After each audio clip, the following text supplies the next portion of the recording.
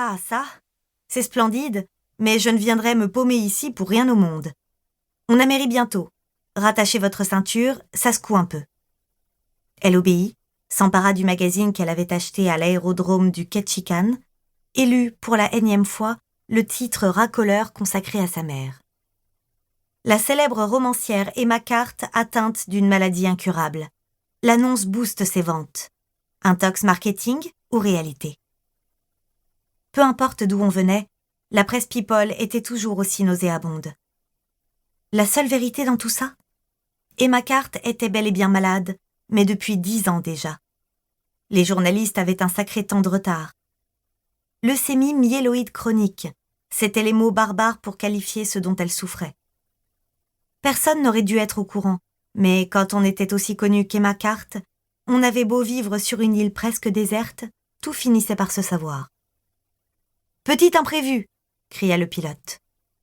Le moteur fit un bruit sourd avant d'entamer un virage au-dessus du village. Abby fronça les sourcils. « Un problème ? » « J'attends que le rafio sorte de la trajectoire. Encore 5 minutes. » Sa remarque lui arracha un sourire.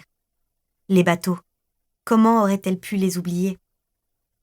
À Eagle Bay, les habitants avaient l'électricité, l'eau courante, le téléphone et Internet, mais leurs biens les plus précieux restaient leurs embarcations. Ils s'en servaient chaque jour, sauf pendant les mois d'hiver, où la neige et la pluie n'en finissaient pas de tomber et où les épisodes arctiques étaient si fréquents qu'aucune livraison, aucune sortie par les airs ou par les eaux n'était possible des semaines durant. Plus de bateaux, plus rien. C'était l'immobilisation la plus totale, une autosuffisance presque entière. Alors ici, on chassait et on pêchait tout l'été pour remplir les congélateurs. On troquait, réparait, bâtissait de ses mains, il en allait de la survie de la communauté. Tout le monde le savait et chacun jouait son rôle de fourmi sans ciller. Abby ne les enviait pas. Elle n'avait jamais été une fourmi. « On y va !» cria le pilote en s'apprêtant à manœuvrer. L'appareil amérit sans encombre dans un bruit assourdissant et glissa sur l'eau jusqu'à l'embarcadère réservé aux hydravions. Abby retint sa respiration. Elle avait beau espérer ne pas regretter d'être revenue, elle connaissait la triste réalité. Sa mère ne lui ferait pas bon accueil. « Dites, mademoiselle, » l'arrêta le pilote alors qu'elle rassemblait ses affaires pour sortir de l'habitacle. « Vous êtes Abigail Lompré, la fille d'Emma Carte, pas vrai? » « Tout à fait. Je connais le vrai nom de famille de votre mère, alors je me disais bien en voyant votre fiche de vol.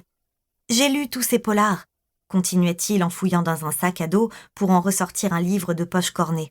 « J'adore ce qu'elle écrit. Ça vous ennuierait de lui faire dédicacer celui-ci au nom de Matt? C'est mon préféré.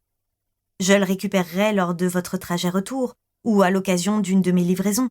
Je passe tous les mardis en 15. The Mystery Writer. Il s'était vendu à des millions d'exemplaires, comme la plupart des romans d'Emma.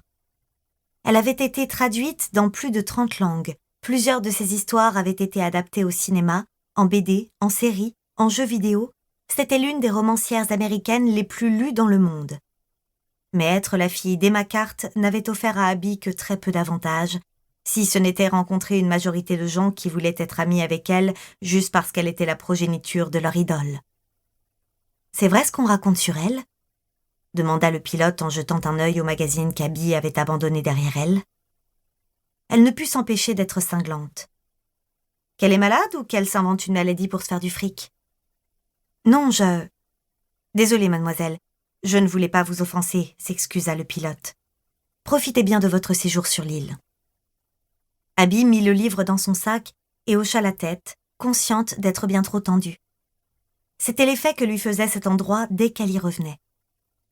Piquée par la bise du matin et l'air iodé si particulier de l'Alaska, elle se retrouva sur l'embarcadère avec une valise pour plusieurs semaines.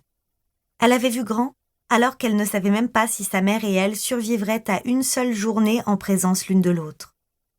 La première chose qu'elle vit en posant les pieds sur le ponton fut la grosse balise flottante rouge à une centaine de mètres, au beau milieu de l'eau. 4 phoques, absolument pas dérangés par le bruit de l'hydravion, s'y reposaient et la regardaient avec dédain. Abby soupira. Ça y est,